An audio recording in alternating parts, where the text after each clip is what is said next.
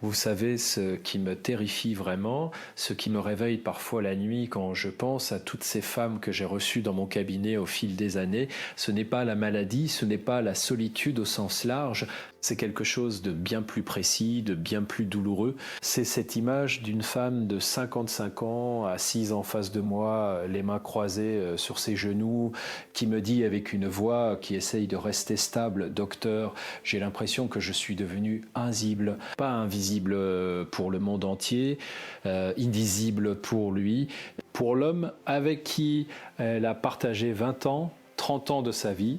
Et ce qui est encore plus cruel, c'est qu'elle n'arrive même pas à comprendre pourquoi. Elle fait tout bien, elle s'occupe de tout, elle est présente, elle est attentionnée, et pourtant quelque chose s'est cassé, quelque chose s'est éteint, et elle ne sait pas comment le rallumer. Je suis Christophe André, psychiatre et psychothérapeute, et depuis plus de 30 ans, j'accompagne des hommes et des femmes dans les moments les plus intimes et les plus complexes de leur vie. J'ai écrit des livres sur les émotions, sur la pleine conscience, sur l'estime de soi, mais aujourd'hui, je veux vous parler de quelque chose que les livres n'osent pas toujours dire clairement. Je veux vous parler de ce que les hommes désirent vraiment après 60 ans. Et je vous préviens, ce n'est pas ce que vous croyez. Et surtout, ce n'est pas ce que la société vous a appris à offrir. Imaginez une scène que vous connaissez peut-être. C'est un dimanche matin ordinaire. La lumière entre par les volets mi-clos. Il y a du café qui chauffe dans la cuisine.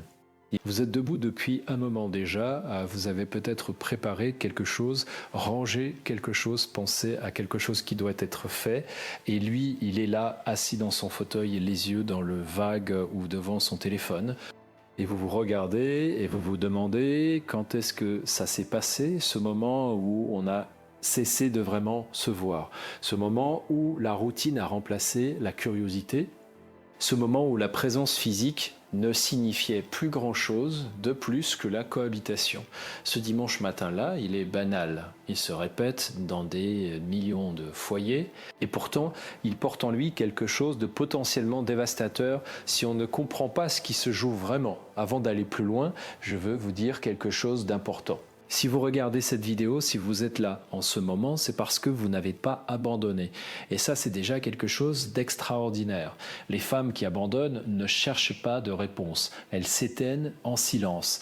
Vous êtes là, vous cherchez, et ça me touche profondément. Alors restez avec moi, parce que ce que je vais vous partager aujourd'hui, c'est le fruit de décennies d'observations cliniques, de recherche et d'une honnêteté que peu de gens ont le courage d'avoir dans ce domaine. Mais d'abord, je dois vous dire quelque chose qui va peut-être vous faire peur. Et je le dis volontairement parce que la peur, quand elle est bien orientée, est le moteur le plus puissant du changement. Si vous ne comprenez pas ce que je vais vous expliquer aujourd'hui, si vous continuez comme avant, si vous pensez que le temps arrangera les choses, que c'est lui qui doit faire un effort, si vous pensez que c'est lui qui doit faire un effort, alors vous risquez de vivre quelque chose que beaucoup de femmes que j'ai connues ont vécu. Et ce quelque chose, c'est de regarder un jour votre ancien mari ou votre compagnon actuel partir vers une autre vie, partir vers une vie où il sourit différemment, où il a l'air plus léger, où il semble avoir retrouvé une énergie que vous pensiez éteinte.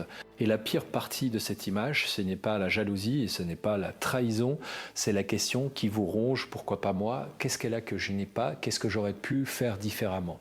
Je vais vous répondre à cette question. Mais pour cela, il faut que vous restiez jusqu'à la fin. Parce que la réponse, ce n'est pas dans les premières minutes, la réponse, c'est dans la compréhension profonde de ce qui se passe dans la psychologie masculine après 60 ans. Et cette compréhension, elle change tout.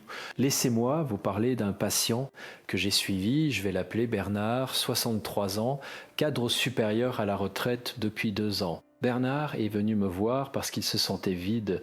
Sa femme, Martine, était une femme remarquable, organisée, intelligente, dévouée. Elle avait tout fait pour leur famille.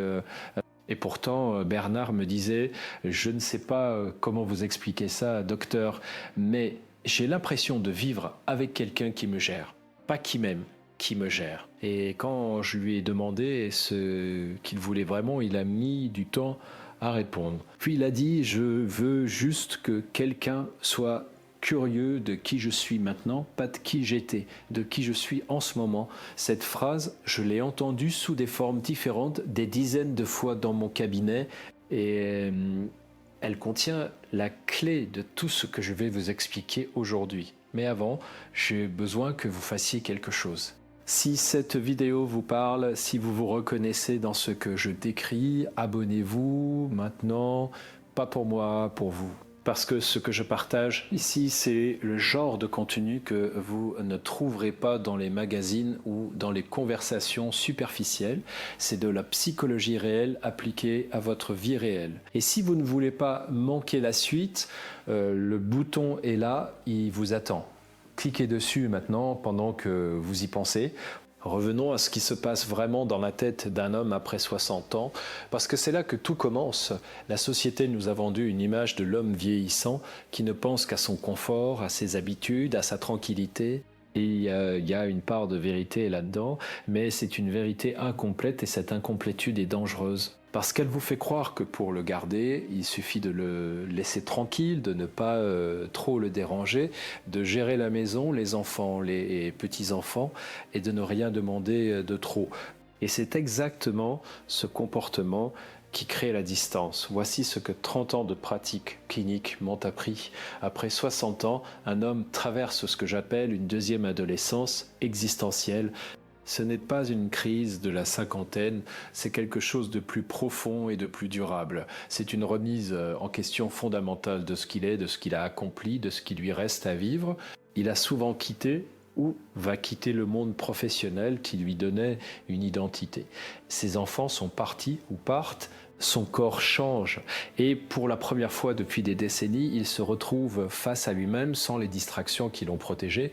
Et dans cet espace nouveau et parfois terrifiant, il cherche quelque chose. Il cherche une connexion, une vraie connexion. Pas une connexion de confort, une connexion de profondeur. Et voilà le paradoxe magnifique et cruel de cette période. C'est au moment où il a le plus besoin de profondeur que beaucoup de couples fonctionnent sur le mode le plus superficiel. On se parle de logistique. On se parle des enfants, des factures, des travaux dans la maison. On se voit sans se regarder. On vit ensemble sans vraiment se rencontrer. Et lui, dans ce désert émotionnel qu'il ne sait même pas toujours nommer, commence à regarder ailleurs. Pas nécessairement vers une autre femme au début, vers une autre vie possible, vers une version de lui-même qu'il n'a pas encore explorée. Et si cette exploration, il l'a fait seul, vous perdez quelque chose d'irremplaçable. Maintenant, je veux vous parler de quelque chose qui va peut-être vous mettre mal à l'aise et je vous demande de rester avec moi parce que l'inconfort est souvent le signe qu'on touche à quelque chose de vrai. Il y a une erreur que font la plupart des femmes dans cette période de leur vie, et je dis la plupart non pas pour vous blesser, mais parce que c'est statistiquement vrai et cliniquement observable. Cette erreur, c'est de croire que ce qui a fonctionné pendant les 20 premières années du couple va continuer à fonctionner, c'est de croire que l'amour se maintient par inertie. C'est de confondre la stabilité avec la vitalité. Et ces deux choses ne sont pas la même chose. La stabilité, c'est bien, c'est nécessaire. Mais la vitalité, c'est ce qui fait que le matin, quand il se lève, il a envie de vous regarder. C'est ce qui fait que dans une pièce pleine de monde, c'est vous qui cherche des yeux. Et voici le moment où je dois vous dire quelque chose de difficile à entendre. Si vous ne changez rien, si vous continuez sur la même trajectoire, vous allez peut-être perdre quelque chose que vous ne pourrez pas récupérer. Pas parce que vous n'êtes pas aimable, pas parce que vous n'êtes pas belle, pas parce que vous n'avez pas de valeur, mais parce que la nature humaine et la psychologie masculine a des besoins très spécifiques que si on ne comprend pas et si on ne nourrit pas, ils vont chercher à être nourris ailleurs.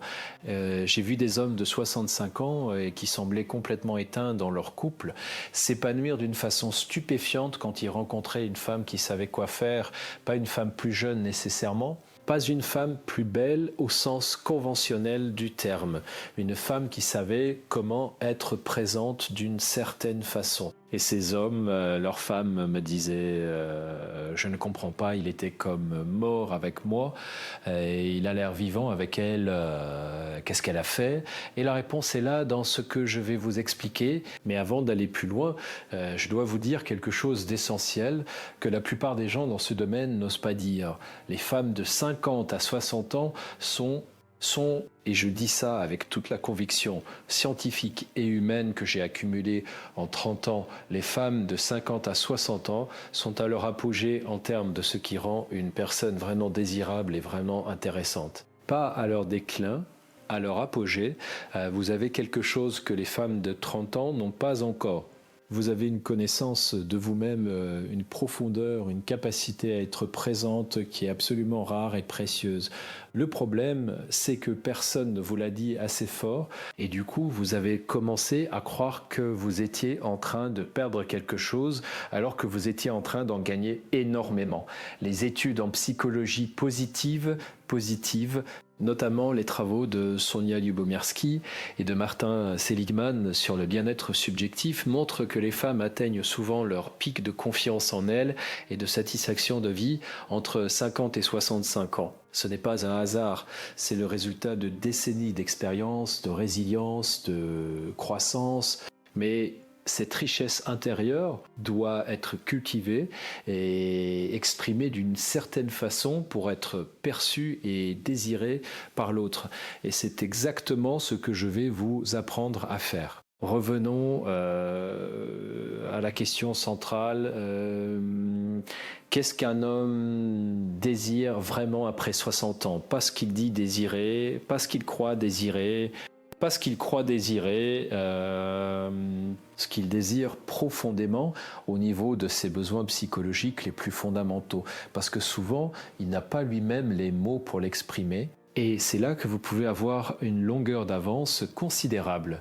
La première chose qu'un homme désire après 60 ans, et je vais vous surprendre, c'est d'être vu, vraiment vu, pas admiré pour ses accomplissements passés, pas toléré pour ses habitudes, vu pour qui il est en ce moment, avec ses doutes, ses peurs, ses nouvelles curiosités, ses rêves qui ont changé. Il y a quelque chose de profondément émouvant dans ce besoin masculin parce que les hommes de cette génération ont été élevés dans une culture qui leur interdisait d'exprimer leur vulnérabilité. Ils ont passé des décennies à performer, à produire, à protéger et maintenant, à l'aube de la deuxième partie de leur vie, ils ont envie de poser cette armure. Mais ils ne savent pas comment. Et surtout, ils ne savent pas si c'est safe de le faire avec vous. Est-ce que vous vous souvenez de la dernière fois que vous avez demandé à votre compagnon, pas comment s'est passée sa journée, mais ce qu'il ressent vraiment en ce moment dans sa vie, ce qu'il espère pour les 10 prochaines années, ce qui lui fait peur, ce qui l'excite? Est-ce que vous vous souvenez de la dernière fois où vous l'avez regardé comme si vous vouliez vraiment connaître la réponse? Pas pour gérer la situation, pas pour trouver une solution, juste pour être là avec lui dans ce qu'il vit. Si vous ne vous en souvenez pas, ce n'est pas un jugement. C'est une information précieuse parce que ça veut dire qu'il y a un espace immense à explorer ensemble et cet espace peut transformer complètement la dynamique de votre relation. La deuxième chose qu'un homme désire après 60 ans, et celle-là va vraiment vous surprendre, c'est d'être inspiré, pas impressionné par vos accomplissements ou par votre organisation, inspiré par votre cornisation d'être dans le monde, inspiré par votre joie de vivre, inspiré par votre curiosité. Inspirés par la façon dont vous faites face aux défis, les hommes à cet âge ont souvent perdu une partie de leur élan vital dans la routine professionnelle et familiale.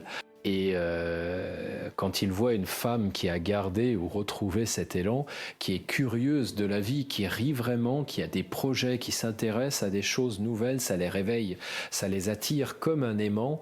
J'ai une amie, je vais l'appeler Sylvie, 62 ans, qui a traversé un divorce difficile à 58 ans.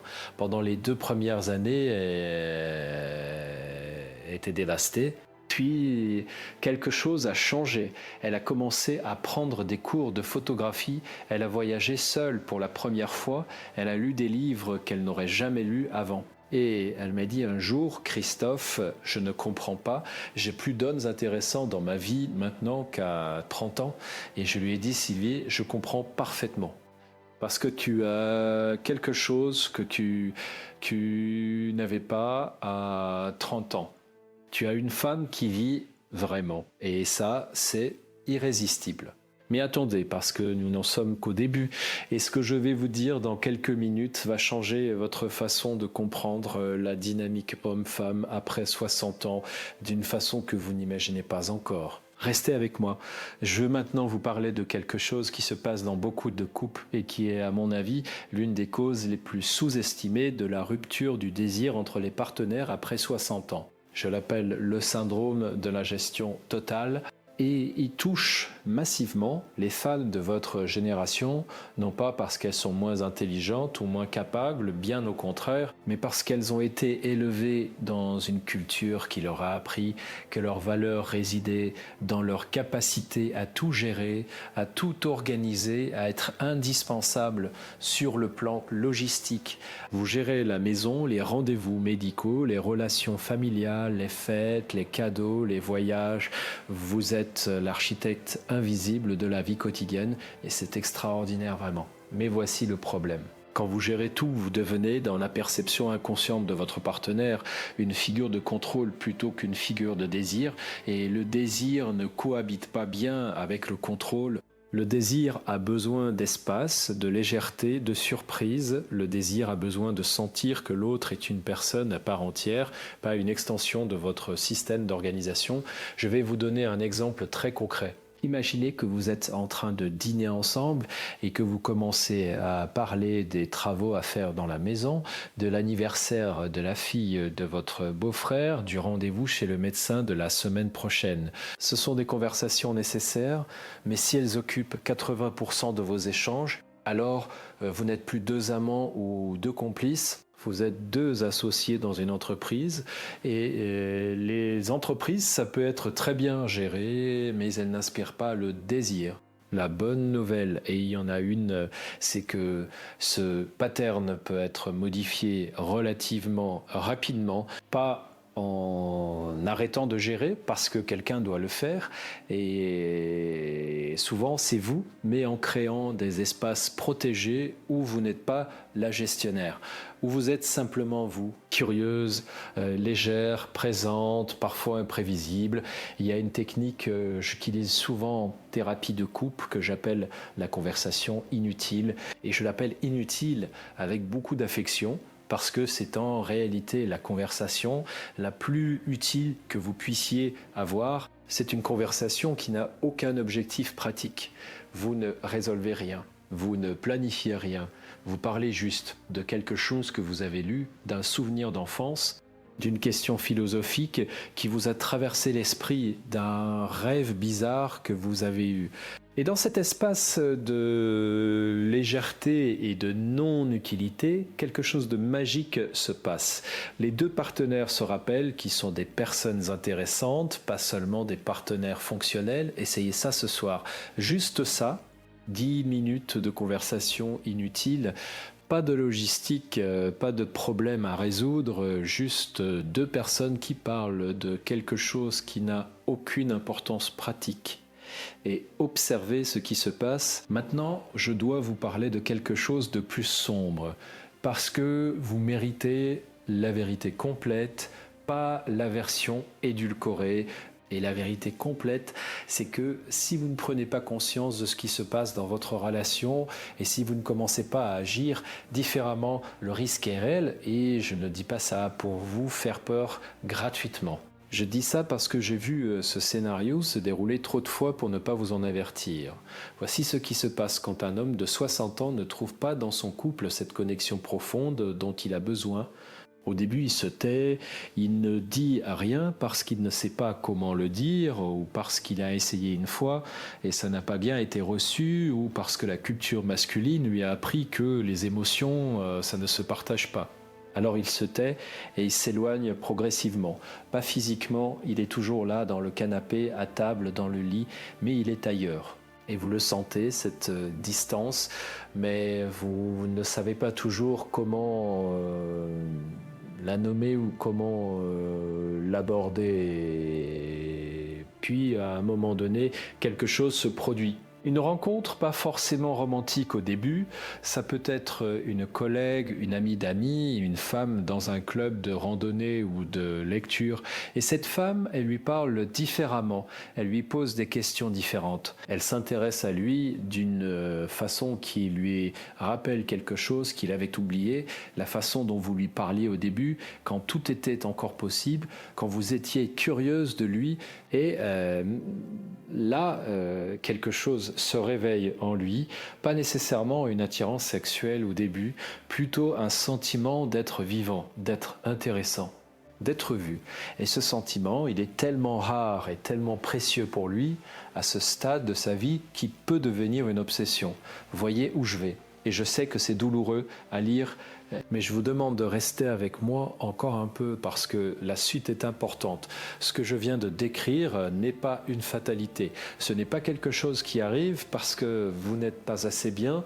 Ce n'est pas quelque chose qui arrive parce qu'il ne vous aime plus. C'est quelque chose qui arrive parce que personne ne vous a appris à naviguer cette période spécifique de la vie à deux. Et maintenant, je vais vous donner les outils pour le faire. Mais d'abord, laissez-moi vous poser une question. Est-ce que vous savez ce que votre compagnon rêve de faire dans les 10 prochaines années? Pas ce qu'il a toujours dit qu'il voulait faire, ce qu'il rêve de faire maintenant, aujourd'hui, avec l'homme qu'il est devenu. Si vous ne savez pas, ce n'est pas grave, mais c'est une information cruciale parce que si vous ne le savez pas, c'est peut-être parce que personne ne lui a jamais vraiment posé la question. Et si personne ne lui a posé la question, il y a un espace immense entre vous qui attend d'être exploré. La troisième chose qu'un homme désire après 60 ans, et celle-ci est peut-être la plus surprenante, c'est de l'admiration authentique, pas des compliments de façade, pas des encouragements polis, une admiration réelle, spécifique, qui lui dit que vous le voyez vraiment. Les hommes de cette génération ont souvent passé leur vie entière à chercher la validation dans le monde professionnel, dans leurs accomplissements, dans leur statut social. Et quand tout ça disparaît ou diminue avec la retraite, ils se retrouvent dans un vide identitaire que beaucoup d'entre eux ne savent pas comment combler. Votre regard sur lui à ce moment-là est d'une puissance que vous n'imaginez pas. Quand vous lui dites « j'admire vraiment la façon dont tu as géré cette situation difficile » ou « j'aime la façon dont tu penses à ce sujet » ou « tu m'as impressionné aujourd'hui », ce n'est pas de la manipulation, c'est de la nourriture émotionnelle, c'est ce dont il a besoin pour se sentir vivant et désirable. Mais attention, et c'est crucial, cette admiration doit être authentique. Les hommes, après 60 ans, ont un radar très développé pour l'artificiel et le condescendant. Ils ont passé toute leur vie à naviguer dans des environnements sociaux et professionnels complexes. Ils savent quand on leur dit quelque chose pour les gérer et quand on leur dit quelque chose parce qu'on le pense vraiment. Donc la question n'est pas comment faire semblant d'admirer votre compagnon. La question est, qu'est-ce que vous admirez vraiment en lui? Qu'est-ce qui, dans sa façon d'être, dans ses qualités, dans son caractère, vous touche ou vous impressionne? Peut-être que vous avez arrêté de chercher, peut-être que la routine a recouvert ses qualités d'une couche de banalité, mais elles sont là. Et les retrouver, les nommer, les lui offrir, c'est un acte d'amour et de séduction d'une puissance extraordinaire. Voici quelque chose que les neurosciences nous ont appris et que je trouve absolument fascinant. Quand une personne reçoit une admiration sincère et spécifique, son cerveau libère de l'ocytocine, la même hormone qui est libérée lors des contacts physiques affectueux. Autrement dit, vous pouvez créer une connexion physique et émotionnelle profonde avec des mots, avec votre regard, avec votre attention. Et ça, c'est un pouvoir que vous avez en permanence, à n'importe quel moment de la journée, sans aucun équipement spécial. Je veux maintenant vous parler d'une femme que j'ai accompagnée en thérapie. Je vais l'appeler Françoise, 59 ans, mariée depuis 32 ans. Elle est venue me voir parce que son mari lui avait annoncé qu'il voulait de l'espace.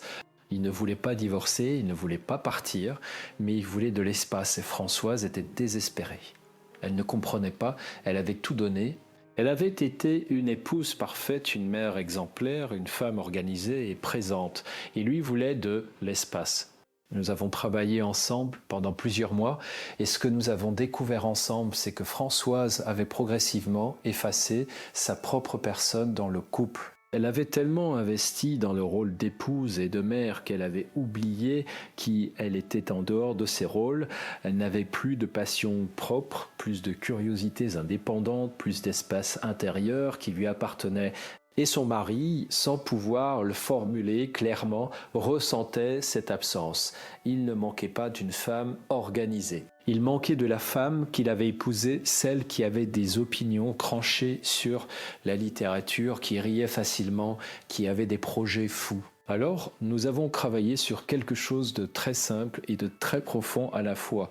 Françoise a commencé à se retrouver elle-même. Elle a repris la peinture qu'elle avait abandonnée 20 ans plus tôt. Elle a commencé à exprimer ses opinions, même quand elles n'étaient pas consensuelles. Elle a accepté des invitations qu'elle aurait refusées avant. Elle a commencé à vivre pour elle, pas contre son mari, pas pour le rendre jaloux, mais parce qu'elle avait redécouvert que sa propre vie était intéressante. Et vous savez ce qui s'est passé? Son mari a arrêté de parler d'espace. Il a commencé à lui poser des questions, à s'intéresser à sa peinture, à vouloir l'accompagner dans ses nouvelles aventures.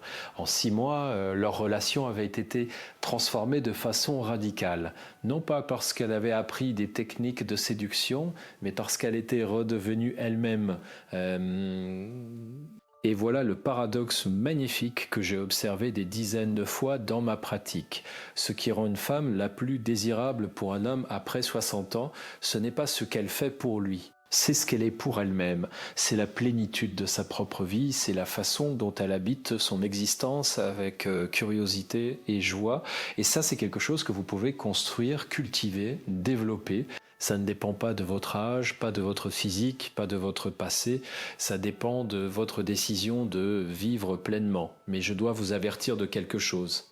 Parce que nous ne sommes pas encore au pire, et je sais que vous pensez peut-être, mais Christophe, j'essaie de m'intéresser à lui, j'essaie d'être présente, et je vous crois vraiment. Mais il y a quelque chose de subtil et de crucial que la plupart des femmes manquent dans cette période. Et si vous le manquez, tous vos efforts risquent d'être contre-productifs. Ce quelque chose, c'est la différence entre être présente pour lui et être présente avec lui. Être présente pour lui, c'est être disponible, attentive à ses besoins, réactive à ce qu'il exprime. C'est une forme de service émotionnel et c'est précieux. Mais être présente avec lui, c'est différent. C'est être pleinement là, dans le moment, pas en train de penser à ce que vous devez faire après, pas en train d'analyser ce qu'il dit pour trouver comment répondre, pas en train de gérer la situation. Juste là, avec lui, dans le présent. Cette distinction peut sembler subtile, mais elle est perçue de façon très puissante par l'autre. Quand vous êtes vraiment présente avec quelqu'un, il le sent. Il y a quelque chose dans votre regard, dans votre langage corporel, dans la qualité de votre attention qui change complètement. Et cette présence totale est l'une des formes les plus profondes d'intimité qui existent entre deux êtres humains. La pleine conscience que j'ai étudiée et pratiquée pendant des décennies n'est pas une technique mystique réservée aux moines bouddhistes. C'est simplement la capacité d'être là maintenant avec ce qui est. Et cette capacité, vous pouvez la développer, vous pouvez la pratiquer et elle va transformer vos interactions avec votre compagnon d'une façon que vous ne pouvez pas imaginer avant de l'avoir expérimenté.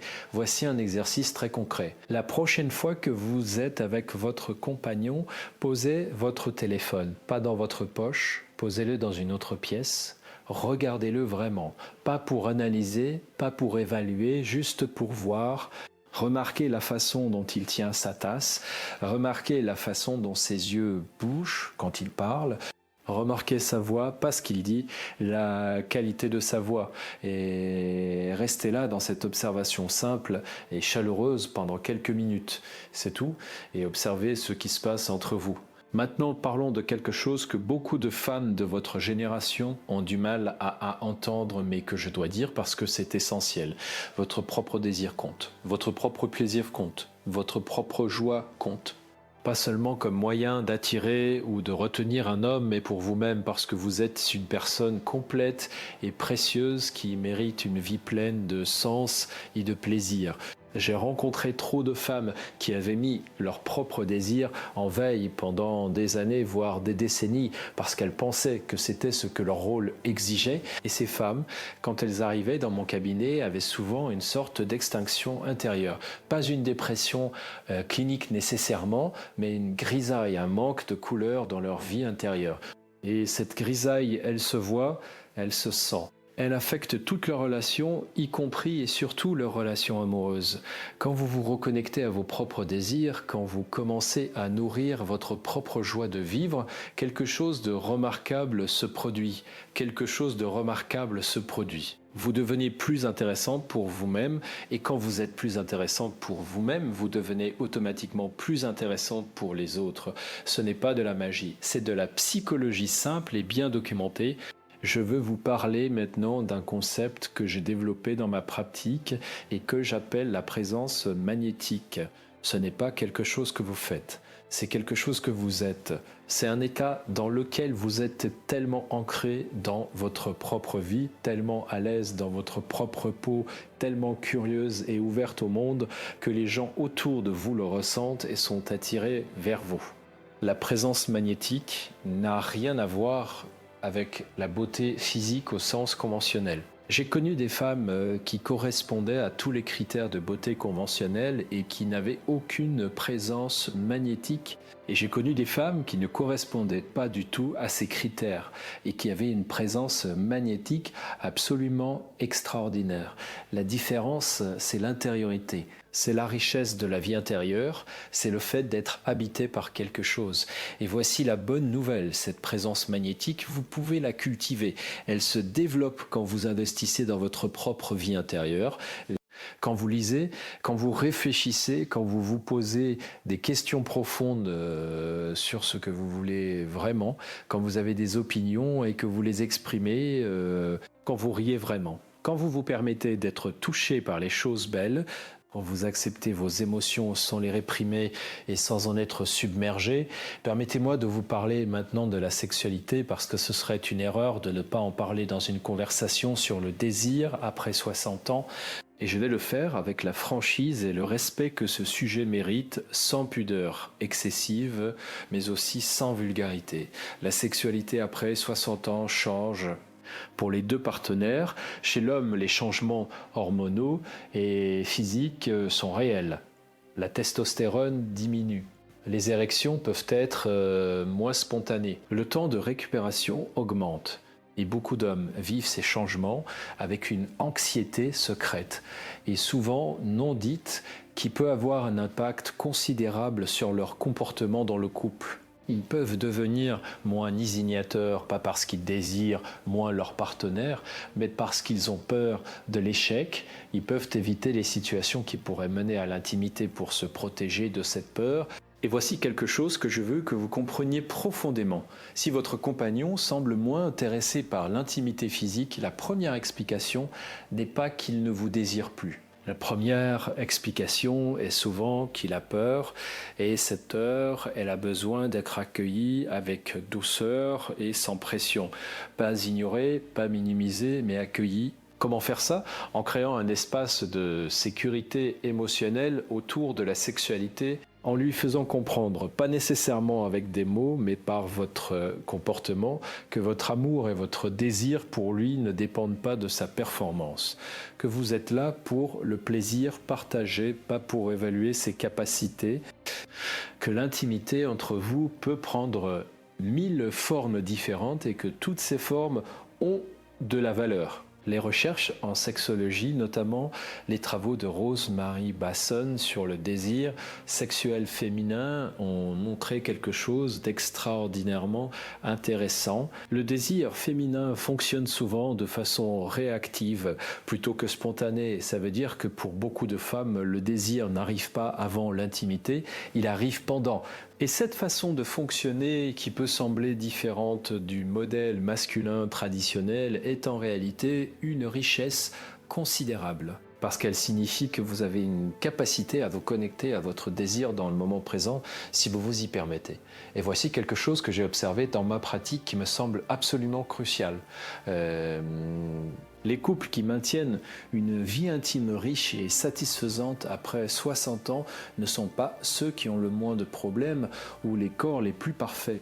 Ce sont ceux qui ont maintenu une communication ouverte et honnête sur leurs besoins et leurs désirs. Ceux qui ont eu le courage de parler de ce qui fonctionne et de ce qui ne fonctionne plus. Ceux qui ont été prêts à explorer et à s'adapter ensemble. Cette communication, elle demande du courage, elle demande une certaine vulnérabilité, mais elle est le fondement d'une intimité durable et profonde. Et je vous assure, d'après ce que j'ai observé pendant 30 ans, qu'il n'y a rien de plus érotique pour un homme que d'être avec une femme qui sait ce qu'elle veut et qui a le courage de le dire. Voici quelque chose qui va peut-être vous surprendre. Une des choses que les hommes après 60 ans trouvent le plus désirable chez une femme, c'est sa relation à elle-même, c'est la façon dont elle se traite, c'est le niveau de respect et d'amour qu'elle a pour elle-même. Et ça se voit dans 1000 petits détails, dans la façon dont elle parle d'elle-même, dans la façon dont elle accepte ou refuse les situations qui ne lui conviennent pas, dans la façon dont elle prend soin de son corps, pas pour correspondre à des standards de beauté imposés, mais parce qu'elle aime son corps et qu'elle le respecte. J'ai une théorie que j'ai développée au fil des années sur ce que j'appelle le miroir émotionnel. Voici comment ça fonctionne. Quand vous êtes en présence de quelqu'un qui s'aime vraiment, qui est en paix avec lui-même, qui a une relation saine à sa propre valeur, vous ressentez quelque chose, vous vous sentez mieux dans votre propre peau, vous vous sentez plus en sécurité, vous vous sentez plus libre d'être vous-même et cette sensation est extrêmement agréable et extrêmement attractive. Autrement dit, quand vous travaillez sur votre propre estime de vous-même, quand vous développez une relation aimante et respectueuse avec vous-même, vous créez automatiquement un environnement émotionnel dans lequel votre partenaire se sent mieux. Et se sentir mieux en présence de quelqu'un, c'est l'une des définitions les plus simples et les plus profondes du désir. Je veux maintenant vous parler de quelque chose que j'appelle la peur de la deuxième chance.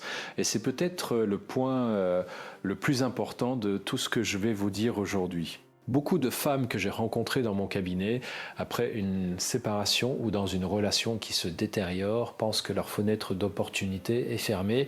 Qu'à 55, 60, 65 ans, il est trop tard pour être vraiment désirée, vraiment aimée, vraiment heureuse en amour. Et cette croyance est non seulement fausse, elle est activement destructrice. Elle est fausse parce que les données démographiques et les études sur les relations amoureuses à mi-vie et au-delà montrent clairement que des relations profondes, passionnées et durables se forment à tout âge. Elle est destructrice parce qu'elle vous empêche de faire les changements qui pourraient transformer votre vie. Mais voici la partie qui me préoccupe vraiment. Si vous continuez à croire que votre temps est passé, si vous continuez à vous effacer, si vous continuez à mettre vos propres besoins et désirs en veille, vous risquez de créer une prophétie autoréalisatrice. Pas parce que vous n'êtes pas désirable, mais parce que vous agirez comme si vous ne l'étiez pas. Et les autres, y compris votre compagnon ou un futur compagnon, percevront cette croyance et y répondront en conséquence. L'estime de soi, j'en ai parlé dans plusieurs de mes livres, n'est pas un luxe ou un trait de caractère qu'on a ou qu'on n'a pas. C'est une compétence. Mais c'est quelque chose qui se développe, qui se pratique, qui se renforce. Et il n'est jamais trop tard pour commencer. Voici ce que je veux que vous fassiez maintenant, pas demain, maintenant. Prenez un moment, juste quelques minutes, et pensez à 3 choses que vous aimez vraiment en vous, pas des qualités que vous pensez devoir avoir, des choses que vous aimez vraiment, peut-être votre sens de l'humour. Peut-être votre capacité à écouter, peut-être votre courage face à l'adversité, peut-être votre créativité, peut-être simplement la façon dont vous aimez les gens dans votre vie. Trouvez ces 3 choses et permettez-vous de les ressentir vraiment, pas intellectuellement, vraiment dans votre corps. Cet exercice simple que j'appelle l'ancrage de valeur est l'un des outils les plus puissants que je connaisse pour commencer à reconstruire ou renforcer l'estime de soi. Et quand vous le pratiquez régulièrement, il change quelque chose de fondamental dans la façon dont vous vous présentez au monde et dans la façon dont le monde et votre compagnon vous perçoit. Maintenant, je vais vous parler d'une erreur que font beaucoup de femmes quand elles sentent que leur relation est en danger. Et cette erreur, bien que complètement compréhensible, est souvent contre-productive. C'est l'erreur de la surcompensation. Ça ressemble à ça. Vous sentez que quelque chose ne va pas dans votre relation. Vous sentez la distance. Vous sentez qu'il s'éloigne. Et en réponse, vous faites plus. Vous êtes plus attentive, plus disponible, plus accommodante. Vous essayez de tout faire parfaitement, de ne jamais vous plaindre, de toujours être de bonne humeur, de répondre à tous ses besoins avant même qu'il les exprime. Et voici le paradoxe cruel de cette stratégie. Plus vous faites ça, plus vous semblez avoir besoin de lui. Plus vous semblez avoir besoin de lui, moins vous semblez être une personne à part entière, et moins vous semblez être une personne à part entière, moins il est attiré vers vous. Parce que le désir, comme je vous l'ai dit, a besoin d'une certaine indépendance, d'une certaine mystère, d'une certaine altérité. On ne désire pas ce qu'on possède complètement. On désire ce qui nous échappe un peu. Je ne vous dis pas de jouer à des jeux, de faire semblant de ne pas avoir besoin de lui, de créer une fausse distance. Ce serait manipulatoire et ça ne fonctionnerait pas durablement. Je vous dis quelque chose de plus profond et de plus vrai. Soyez vraiment une personne à part entière. Ayez vraiment une vie qui vous appartient. Ayez vraiment une vie qui vous appartient. Ayez vraiment des passions, des amis, des projets qui n'ont rien à voir avec lui. Pas pour le rendre jaloux, pas pour le manipuler, mais parce que vous méritez une vie complète. Et parce qu'une vie complète est la chose la plus attractive qui existe. Permettez-moi de vous poser une question et je vous demande d'y répondre honnêtement, même si la réponse est inconfortable. Est-ce que vous avez une vie qui vous appartient vraiment ? Est-ce que vous avez des amis proches avec qui vous parlez vraiment, pas de votre couple, pas de vos enfants, mais de vous ? Est-ce que vous avez des passions qui vous font perdre la notion du temps ? Est-ce que vous avez des projets qui vous excitent indépendamment de votre relation ? Si la réponse est non, ou si c'est un oui timide et peu convaincu, alors c'est là que vous devez commencer. Pas en travaillant sur votre relation, en travaillant sur votre vie. Et voici quelque chose que je veux que vous compreniez profondément. Travailler sur votre propre vie n'est pas égoïste. C'est le contraire. C'est le plus grand cadeau que vous puissiez faire à votre relation. Parce qu'une femme qui vit pleinement est une femme qui apporte quelque chose dans la relation. Une richesse, une énergie, une présence qui nourrit les deux partenaires. Je veux maintenant vous parler de quelque chose qui touche à la communication parce que c'est un domaine où beaucoup de couples, après 60 ans, ont des difficultés que peu d'entre eux comprennent vraiment. Il y a un phénomène que j'observe régulièrement dans les couples de longue durée et que j'appelle la communication par anticipation. Ça ressemble à ça. Vous connaissez tellement bien votre partenaire que vous pensez savoir ce qu'il pense avant même qu'il le dise. Vous finissez ces phrases. Vous répondez à des questions qu'il n'a pas encore posées, vous anticipez ses réactions et vous adaptez votre comportement en conséquence. Et cette anticipation, qui vient d'une connaissance intime et d'une longue expérience commune, a un effet pervers, elle empêche la vraie communication. Elle empêche les surprises, elle empêche la découverte, et quand il n'y a plus de découverte possible entre deux personnes, quelque chose de vital s'éteint dans la relation. La vérité, c'est que les gens changent constamment. Vous n'êtes pas la même femme qu'il y a 10 ans, et lui n'est pas le même homme. Mais si vous continuez à vous parler comme si vous vous connaissiez parfaitement, comme si tout était déjà dit et déjà su, vous manquez la personne que l'autre est devenue. Et vous ratez l'opportunité fascinante de vous redécouvrir mutuellement. Voici un exercice que je propose souvent aux couples. J'appelle ça la question de l'étranger. Imaginez que vous rencontrez votre compagnon pour la première fois, vous ne savez rien de lui. Vous êtes curieuse de qui il est, qu'est-ce que vous lui demanderiez, qu'est-ce que vous voudriez savoir. Et maintenant, posez-lui vraiment ces questions. Pas de façon théâtrale, mais avec une vraie curiosité. Et écoutez vraiment les réponses, même si vous pensez les connaître d'avance, parce que vous pourriez être surprise. J'ai vu des couples qui se connaissaient depuis 30 ans découvrir des choses l'un sur l'autre qu'ils n'avaient jamais su, des rêves non dits, des peurs cachées, des aspirations qui avaient changé silencieusement au fil des années. Et ces découvertes, elles créent quelque chose d'extraordinaire. Elles recréent la curiosité, et la curiosité est l'une des formes les plus profondes et les plus durables du désir.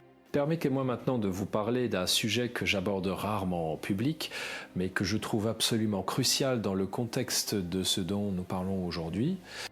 C'est le sujet de la colère. Pas la colère exprimée de façon destructive, la colère comme signal, la colère comme signal, la colère comme information.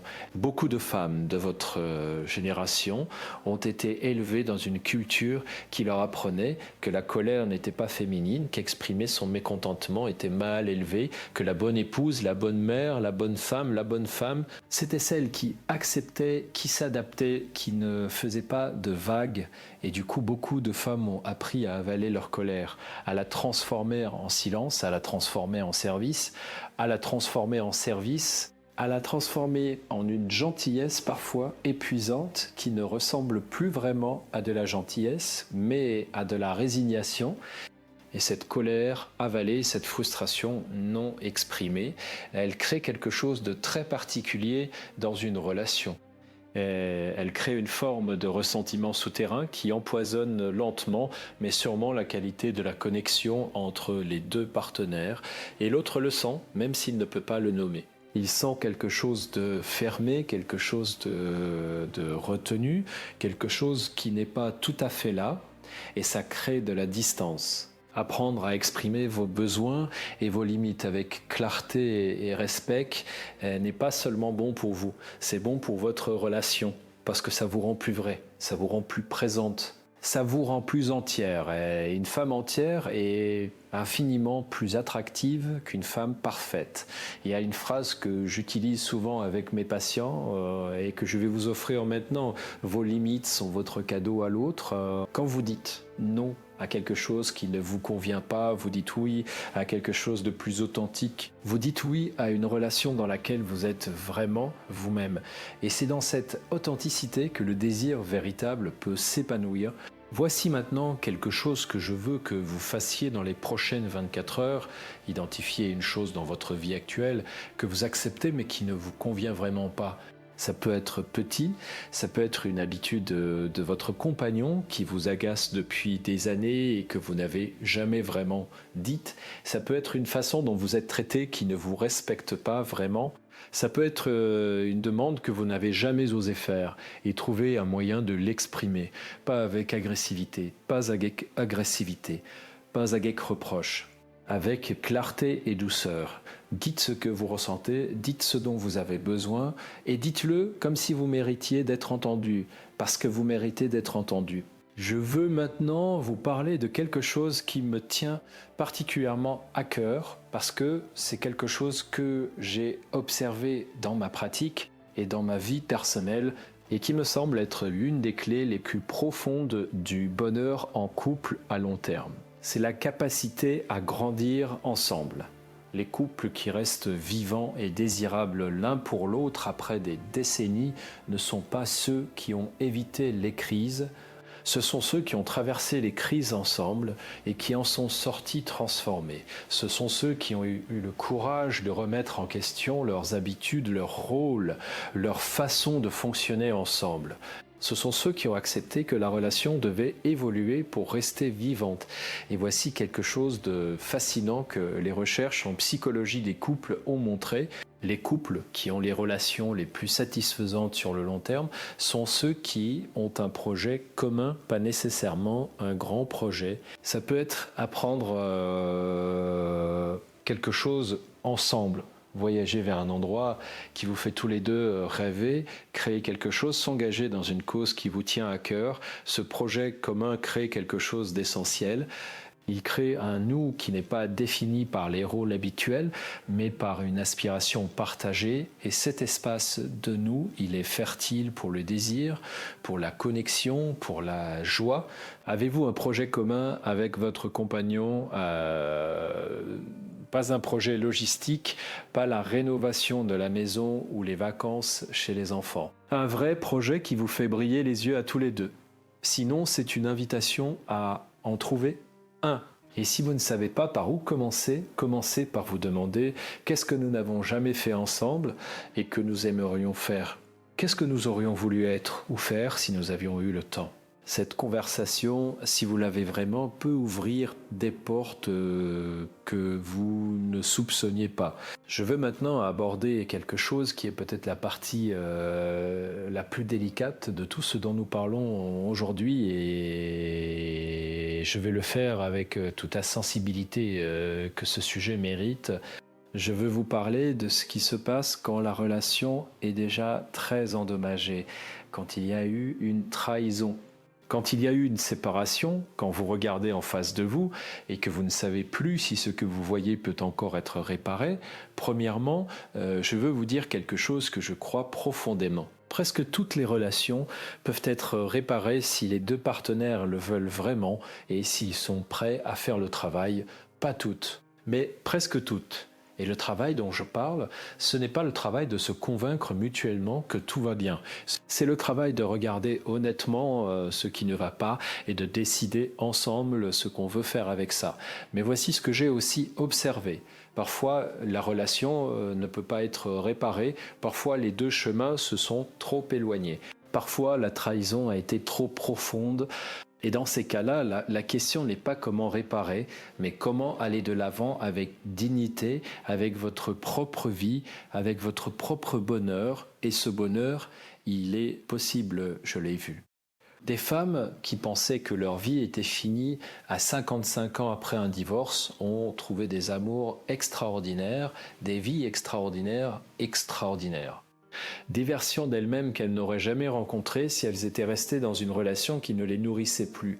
La fin d'une relation n'est pas la fin de votre histoire, c'est la fin d'un chapitre. Et le chapitre suivant peut être le plus beau que vous ayez jamais vécu. Mais pour que ce soit possible, vous devez faire quelque chose de crucial. Vous devez résister à la tentation de vous définir par ce que vous avez perdu. Vous devez résister à la tentation de passer les prochaines années à regarder en arrière, à vous demander ce que vous auriez pu faire différemment, à vous comparer à la nouvelle femme dans sa vie. Ce regard en arrière, il vous immobilise, il vous empêche de voir ce qui est possible devant vous. Et voici quelque chose que je veux que vous entendiez vraiment avec tout votre être. Vous n'êtes pas ce qu'il a choisi ou pas choisi. Vous n'êtes pas ce qu'il pense ou ne pense pas de vous. Vous êtes une femme entière, complète, précieuse, avec une vie entière devant elle. Et cette vie, elle vous appartient, pas à lui, à vous. Je veux maintenant vous parler de quelque chose que j'appelle la reconstruction du soi après la tempête. Parce que quand une relation se termine ou quand elle traverse une crise profonde, c'est souvent une opportunité, aussi douloureuse soit-elle, de se retrouver soi-même, d'interroger qui vous êtes vraiment, ce que vous voulez vraiment, comment vous voulez vivre vraiment. Et cette interrogation, si vous la faites honnêtement et avec courage, peut vous mener à des découvertes extraordinaires. Vous pouvez découvrir des parties de vous-même que vous aviez mises de côté, des désirs que vous aviez oubliés, des capacités que vous aviez oubliées, des capacités que vous n'aviez jamais explorées, des façons d'être dans le monde qui vous correspondent mieux que celles que vous avez adoptées par défaut ou par obligation. Voici quelques questions que je vous invite à vous poser, pas pour y répondre maintenant, mais pour les laisser travailler en vous. Qu'est-ce que j'aurais fait de ma vie si j'avais su que j'avais toute la liberté du monde ? Quelle femme est-ce que je veux être dans les 10 prochaines années ? Qu'est-ce qui me donne vraiment de la joie, pas du soulagement, pas de la satisfaction fonctionnelle, mais une vraie joie ? Qu'est-ce que je n'ai jamais osé faire et que je voudrais essayer ? Ces questions ne sont pas des questions philosophiques abstraites. Ce sont des questions pratiques dont les réponses peuvent guider vos prochaines décisions. Je veux maintenant vous parler d'un aspect de la psychologie masculine après 60 ans que peu de gens comprennent et qui est pourtant absolument crucial, c'est le rapport des hommes à leur propre mortalité à cet âge. Après 60 ans, la conscience de la finitude de la vie devient beaucoup plus présente pour la plupart des hommes. Ils ont peut-être perdu des amis, ils ont peut-être perdu des amis. Ils ont peut-être eu des problèmes de santé, ils voient leurs parents vieillir ou sont déjà partis, et cette conscience de la mort crée quelque chose de très particulier dans leur psychologie. Elle crée une urgence de vivre vraiment, de ne pas gaspiller le temps qui reste, de ne pas rester dans des situations qui ne les nourrissent pas, et cette urgence peut se manifester de différentes façons. Ça peut être une crise existentielle, ça peut être un désir soudain de changement radical. Ça peut être une ouverture nouvelle à la spiritualité ou à des questions profondes sur le sens de la vie. Et ça peut aussi être une recherche de connexion plus profonde avec la femme de leur vie.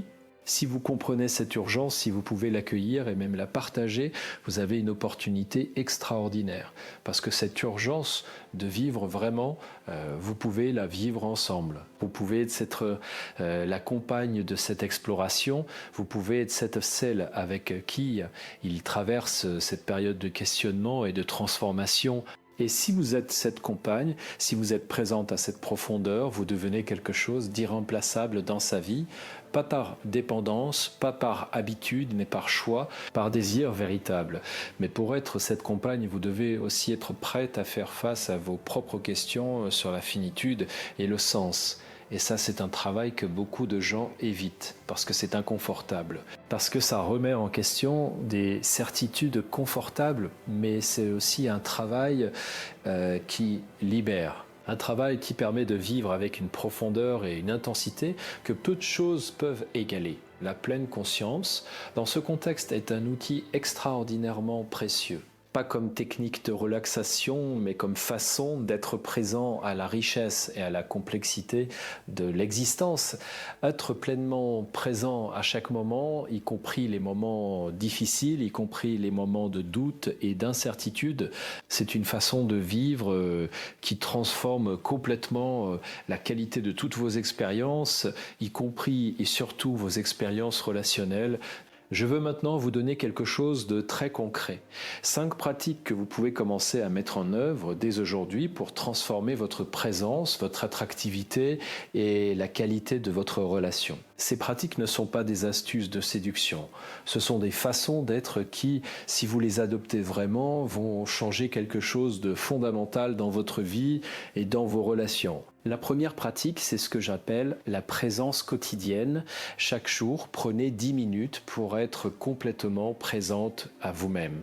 Pas en train de planifier, pas en train de réfléchir à ce que vous devez faire, juste présente à ce que vous ressentez, à ce que vous pensez, à ce que vous êtes en ce moment. Cette pratique simple, si vous la faites régulièrement, développe votre capacité à être présente dans toutes vos interactions. Et la présence, comme je vous l'ai dit, est l'une des formes les plus puissantes d'attraction. La deuxième pratique, c'est la curiosité active. Chaque semaine, faites quelque chose que vous n'avez jamais fait. Ça peut être petit, lire un livre dans un genre que vous n'avez jamais lu, Essayez un nouveau restaurant, allez voir une exposition, commencez à apprendre à quelque chose. Cette curiosité active maintient votre esprit vivant et ouvert, et un esprit vivant et ouvert est extraordinairement attractif. La troisième pratique, c'est l'expression authentique. Chaque jour, dites au moins une chose que vous pensez vraiment, pas pour provoquer, pas pour blesser, mais pour être vrai. Exprimez une opinion, partagez une émotion, dites ce que vous aimez, dites ce qui vous touche. Cette habitude d'expression authentique vous rend plus réelle, plus présente, plus intéressante. Et elle invite l'autre à être plus authentique aussi. La quatrième pratique, c'est le soin de soi radical.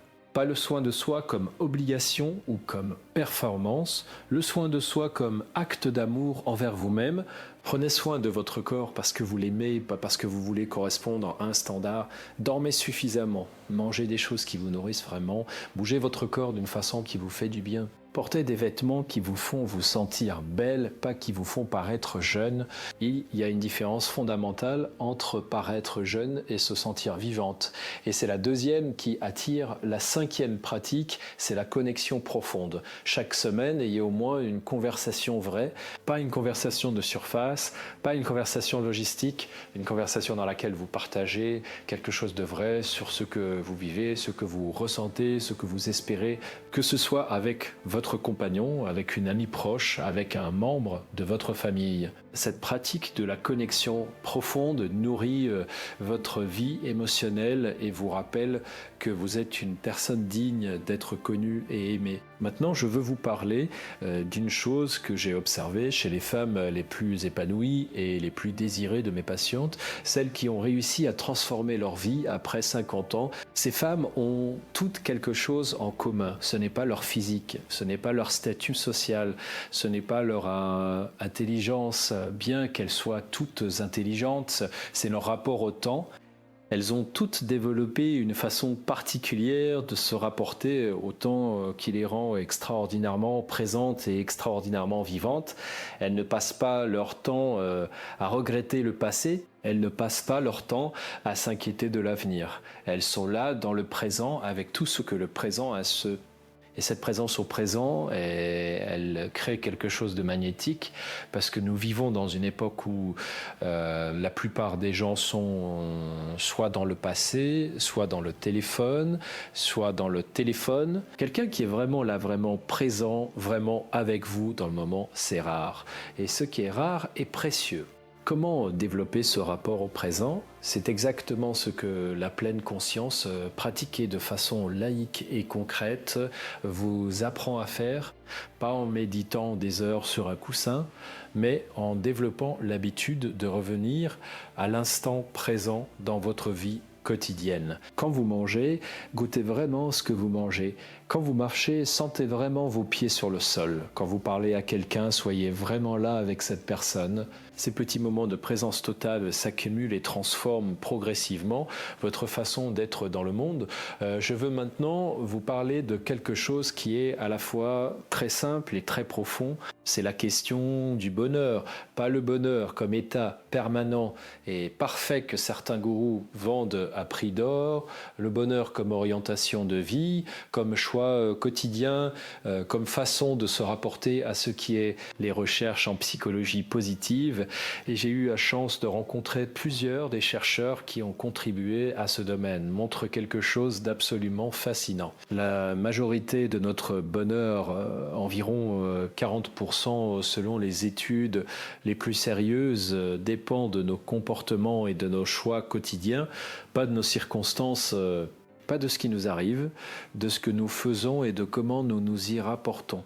Ça veut dire que vous avez un pouvoir considérable sur votre propre bonheur, indépendamment de votre relation, indépendamment de ce que votre compagnon fait ou ne fait pas, indépendamment de ce qui s'est passé dans le passé. Et ce pouvoir, quand vous commencez à l'exercer, quand vous commencez à faire des choix qui vous nourrissent vraiment, il transforme non seulement votre vie, mais aussi toutes vos relations. Une femme heureuse, vraiment heureuse, vraiment heureuse, vraiment heureuse, pas heureuse de façade, pas heureuse parce qu'elle fait semblant que tout va bien, mais heureuse parce qu'elle vit une vie qui a du sens pour elle. Elle est l'une des personnes les plus attractives qui existent, parce que le bonheur est contagieux, parce que la joie de vivre est magnétique, parce que quelqu'un qui est en paix avec lui-même et qui vit avec intention crée autour de lui un espace dans lequel les autres ont envie d'être. Et voici quelque chose que je veux que vous entendiez clairement. Votre bonheur n'est pas une menace pour votre relation, c'est son meilleur carburant. Quand vous êtes heureuse, vraiment heureuse, vous apportez quelque chose dans votre relation, vous apportez une énergie, une légèreté, une joie qui nourrit les deux partenaires. Et ça, c'est infiniment plus précieux que n'importe quelle technique de séduction. Je veux maintenant vous parler de quelque chose que j'ai observé chez les hommes après 60 ans et qui est lié à ce dont nous parlions tout à l'heure sur leur rapport à la mortalité. C'est leur besoin de légèreté. Après des décennies de responsabilité, de pression professionnelle, de sérieux, beaucoup d'hommes à cet âge ont un désir profond de légèreté, de rire, de ne pas tout prendre au sérieux, de s'amuser vraiment. Et voici quelque chose d'intéressant. L'humour, la capacité à rire ensemble, à ne pas se prendre trop au sérieux, est l'un des facteurs les plus prédictifs de la satisfaction à long terme dans un couple. Les couples qui rient ensemble restent ensemble. Et je ne parle pas d'un humour de façade, d'un sourire poli, je parle d'un rire vrai, d'une légèreté authentique, de la capacité à trouver le ridicule et l'absurde dans la vie quotidienne et à le partager. Quand est la dernière fois que vous avez vraiment ri avec votre compagnon, pas un sourire poli, un vrai rire, un rire qui vous fait plier en deux. Si vous devez chercher longtemps, c'est une information importante. Et si vous voulez retrouver cette légèreté, commencez par la chercher en vous-même.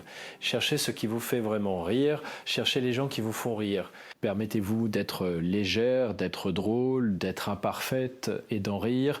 Et je vais vous dire quelque chose que certains trouveront peut-être surprenant venant d'un psychiatre. L'humour est une forme de courage parce que rire, c'est accepter la légèreté dans un monde qui nous pousse constamment vers la gravité. C'est refuser de se laisser écraser par le poids des choses. C'est choisir la joie même quand la vie est difficile. Et ce courage de la légèreté extraordinairement attractive, je veux maintenant vous parler d'un aspect de votre relation à votre corps qui est crucial et qui est souvent mal compris. Dans notre culture, les femmes sont constamment bombardées de messages sur ce que leur corps devrait être.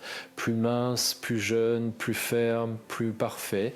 Et ces messages créent une relation au corps qui est souvent marquée par la honte, la critique, le rejet. Et cette relation au corps, elle se voit. Elle se sent, elle affecte profondément votre présence et votre attractivité. Voici ce que j'ai observé dans ma pratique. Les femmes qui sont les plus à l'aise dans leur corps, qui l'habitent avec aisance et même avec plaisir, ne sont pas nécessairement celles qui ont le corps le plus conforme aux standards culturels. Ce sont celles qui ont accepté leur corps tel qu'il est et qui l'habitent avec grâce. Et cette aisance corporelle, cette façon d'être dans son corps sans s'excuser, est extraordinairement attractive. Votre corps à 50, 60, 65 ans est le résultat de décennies de vie. Il porte les traces de tout ce que vous avez vécu. Et ces traces, si vous changez votre regard sur elles, ne sont pas des défauts, ce sont des témoins. Ce sont les marques d'une vie vécue. Et une vie vécue, ça a de la valeur, ça a de la beauté. Je vous encourage à développer ce que j'appelle une amitié avec votre corps. Pas une admiration aveugle, pas un déni des changements, mais une amitié, la façon dont vous traitez un ami que vous aimez depuis longtemps, avec affection, avec respect, avec une tolérance pour ses imperfections.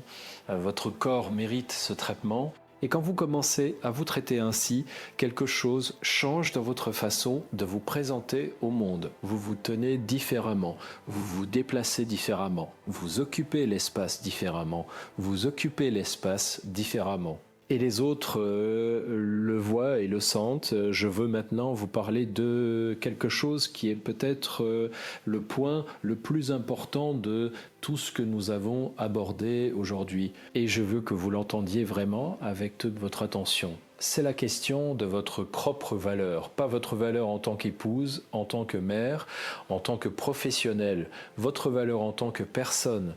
En tant qu'être humain, en tant que femme, vous avez une valeur intrinsèque, absolue, qui ne dépend d'aucune relation, d'aucun accomplissement, d'aucun regard extérieur. Cette valeur, elle était là quand vous êtes né, elle sera là jusqu'à votre dernier souffle.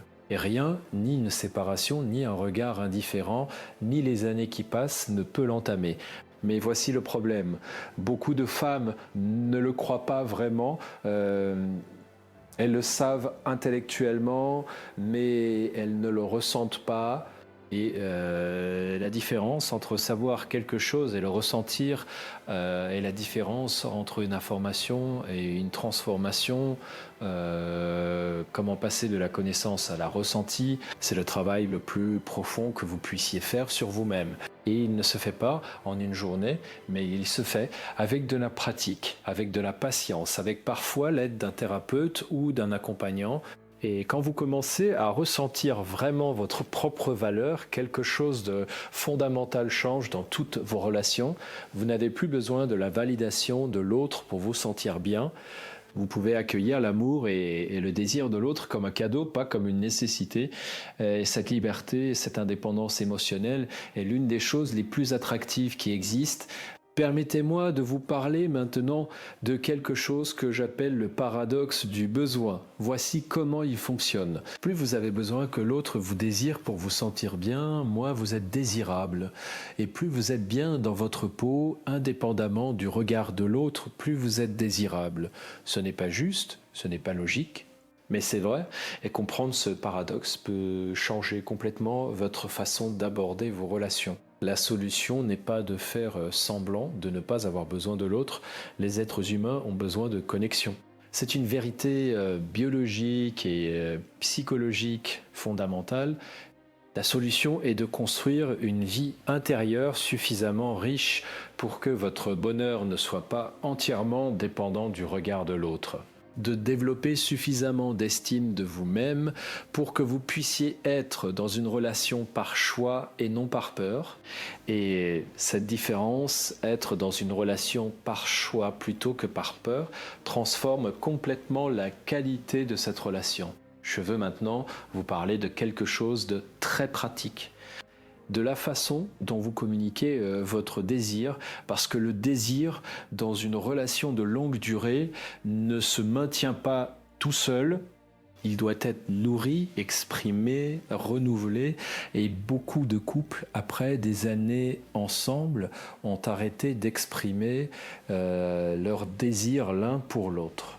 Pas parce qu'il n'est plus là, mais parce que la routine a pris le dessus et que l'expression du désir semble presque déplacée ou artificielle dans ce contexte. Voici quelque chose que je vous encourage à faire. Dites à votre compagnon quelque chose qui lui montre que vous le voyez vraiment, pas un compliment générique, quelque chose de spécifique, quelque chose que vous avez vraiment observé et qui vous a touché. Ça peut être, j'ai aimé la façon dont tu as parlé à notre petit-fils ce matin, tu avais l'air vraiment présent. Ou il y a quelque chose dans ton regard quand tu lis qui me touche toujours.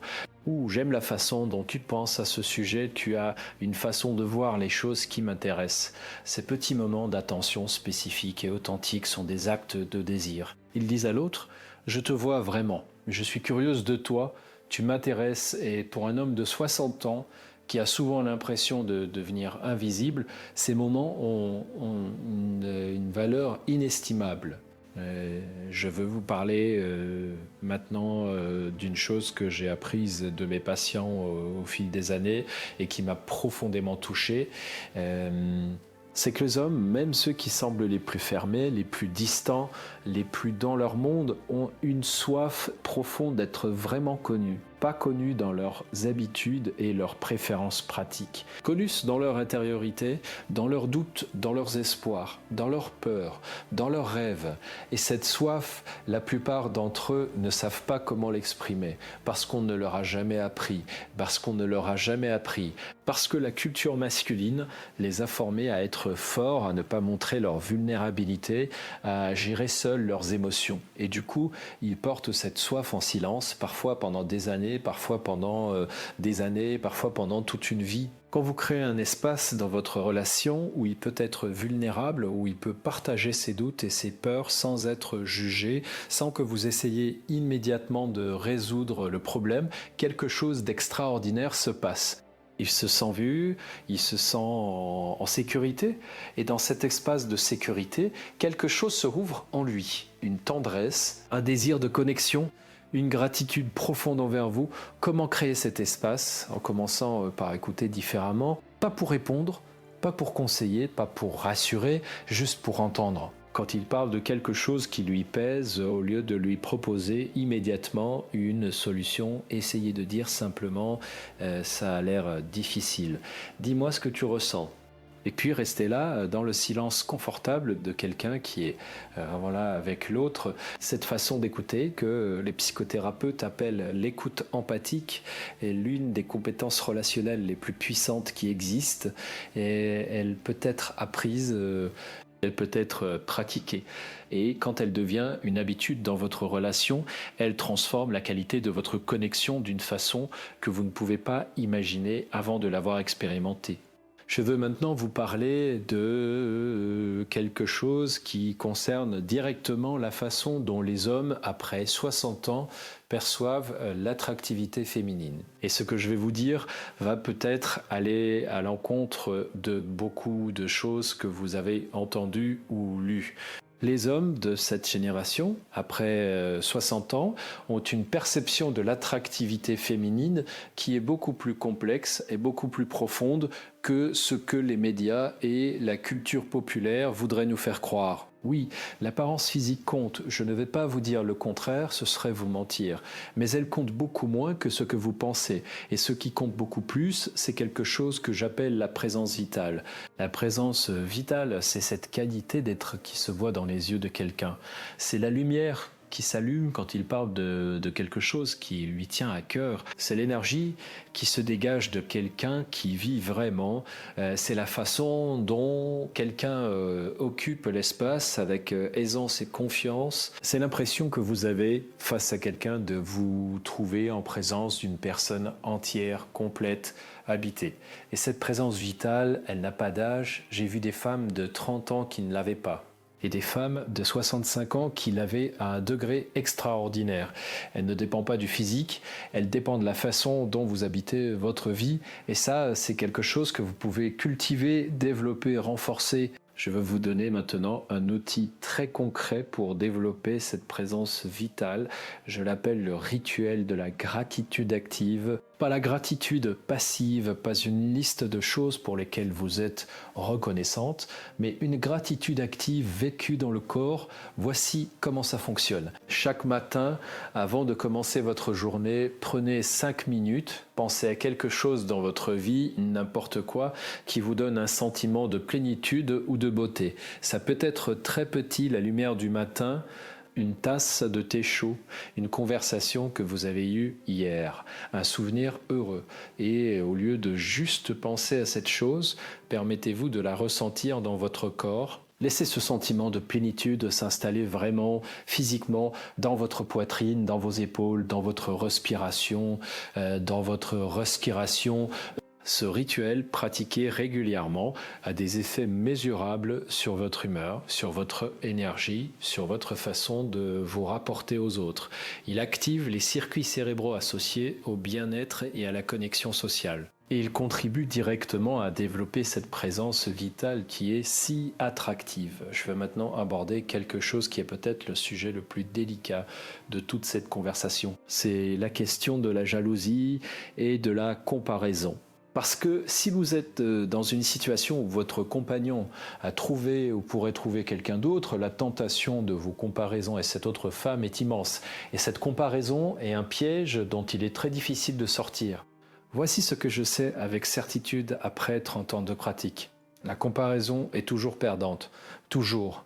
Pas parce que vous êtes moins bien, mais parce que la comparaison vous place dans une position de manque, de déficit, de compétition. Et dans cette position, vous perdez accès à votre propre valeur, à votre propre unicité, à ce qui vous rend vraiment vous. L'autre femme, quelle qu'elle soit, n'est pas votre ennemie.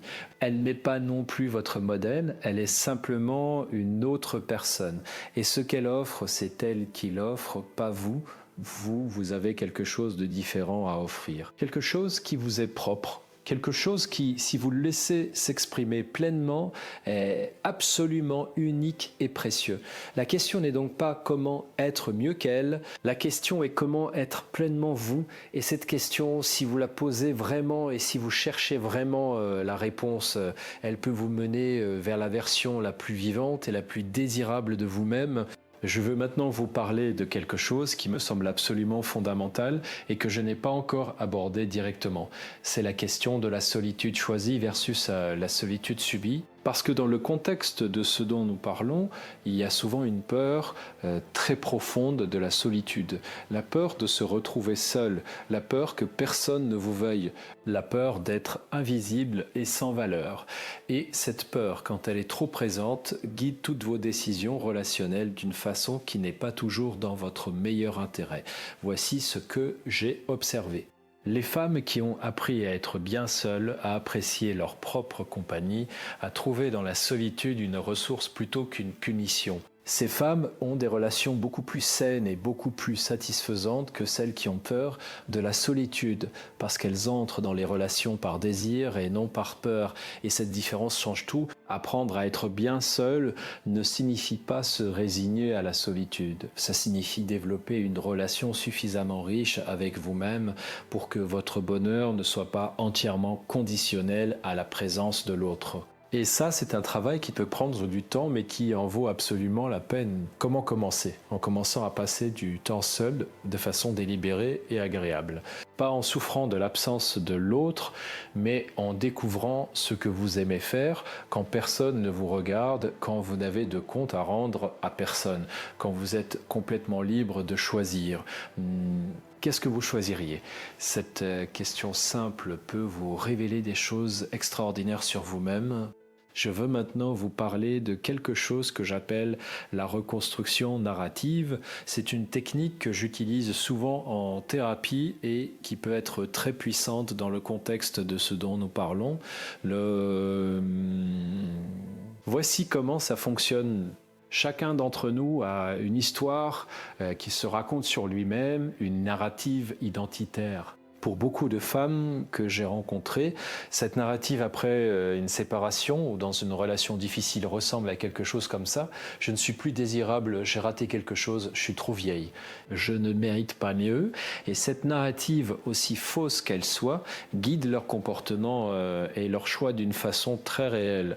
La reconstruction narrative, c'est le processus de réécrire cette histoire, pas en niant la réalité, pas en faisant semblant que tout est parfait, mais en choisissant un autre angle de vue, en choisissant de se raconter une histoire différente, une histoire dans laquelle vous êtes le personnage principal d'une vie intéressante et pleine de possibilités, une histoire dans laquelle ce que vous avez vécu, même les parties douloureuses, a contribué à faire de vous la femme que vous êtes, une histoire dans laquelle vous avez de la valeur, du désir, de l'avenir. Cette réécriture, mais pas de la pensée positive naïve, c'est un acte de courage intellectuel. C'est choisir, face à une réalité complexe et parfois douloureuse, de ne pas se laisser définir par les parties les plus sombres. C'est choisir de vous voir dans votre totalité, avec vos forces et vos fragilités, et de décider que cette totalité a de la valeur. Je veux maintenant vous parler de quelque chose qui est à la fois très simple et très profond.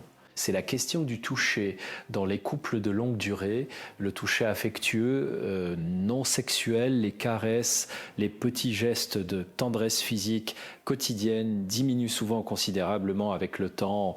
Et cette diminution a des conséquences très réelles sur la qualité du lien entre les partenaires. Les recherches en neurosciences ont montré que le toucher affectueux libère de l'ocytocine, réduit le cortisol, le stress et renforce le sentiment de connexion et de sécurité. Autrement dit, un simple geste de tendresse physique, une main posée sur l'épaule, une caresse dans les cheveux, un câlin spontané, a des effets biologiques mesurables sur le bien-être des deux partenaires. Si le toucher affectueux a diminué dans votre relation, vous pouvez le réintroduire progressivement. Sans pression, sans attente, juste comme une façon de vous reconnecter physiquement, un geste de tendresse par jour, pas pour mener à quelque chose, juste comme expression de votre affection, et observer ce que ça crée entre vous. Je veux maintenant vous parler d'une chose que j'ai observée chez les femmes les plus heureuses et les plus épanouies après 60 ans. Ces femmes ont toutes quelque chose en commun que j'ai mis du temps à identifier clairement. elles ont toutes une pratique de la gratitude envers leur propre vie. Pas une gratitude performative, pas une liste de choses pour lesquelles elles devraient être reconnaissantes, une gratitude vécue, ressentie, qui colore leur façon de voir le monde. Cette gratitude, elle se voit dans la façon dont elles parlent. Elles parlent de ce qui est beau dans leur vie, de ce qui les touche, de ce qui les émerveille, pas en niant les difficultés, mais en refusant de les laisser occuper tout l'espace. Et cette façon de voir le monde crée autour d'elles une énergie qui est absolument magnétique. Vous pouvez cultiver cette gratitude. Vous pouvez cultiver cette gratitude pas en vous forçant à être heureuse quand vous ne l'êtes pas, mais en entraînant votre attention à remarquer ce qui est beau, ce qui est beau, ce qui est bon, ce qui est précieux dans votre vie, parce que ce que vous remarquez se développe, ce sur quoi vous mettez votre attention prend de la place dans votre expérience subjective. Et si vous entraînez votre attention vers ce qui est beau et bon, votre expérience de la vie en sera transformée. Je veux maintenant aborder quelque chose qui est lié à tout ce que nous avons dit, mais qui mérite d'être traité séparément. C'est la question de vos rêves. Pas les rêves que vous avez eus dans le passé et que vous avez peut-être mis de côté, vos rêves actuels. Ceux que vous avez maintenant à cet âge, avec la femme que vous êtes devenue, beaucoup de femmes de 50 à 65 ans ont arrêté de rêver, parce qu'elles ne sont pas capables de rêver, mais parce qu'elles ont intériorisé le message que rêver à cet âge est naïf, que c'est trop tard, que les grandes choses sont derrière elles. Et ce message est un mensonge particulièrement cruel parce qu'il vous prive de quelque chose d'essentiel à votre vitalité. Les rêves ne sont pas des luxes, ils sont des nécessités vitales.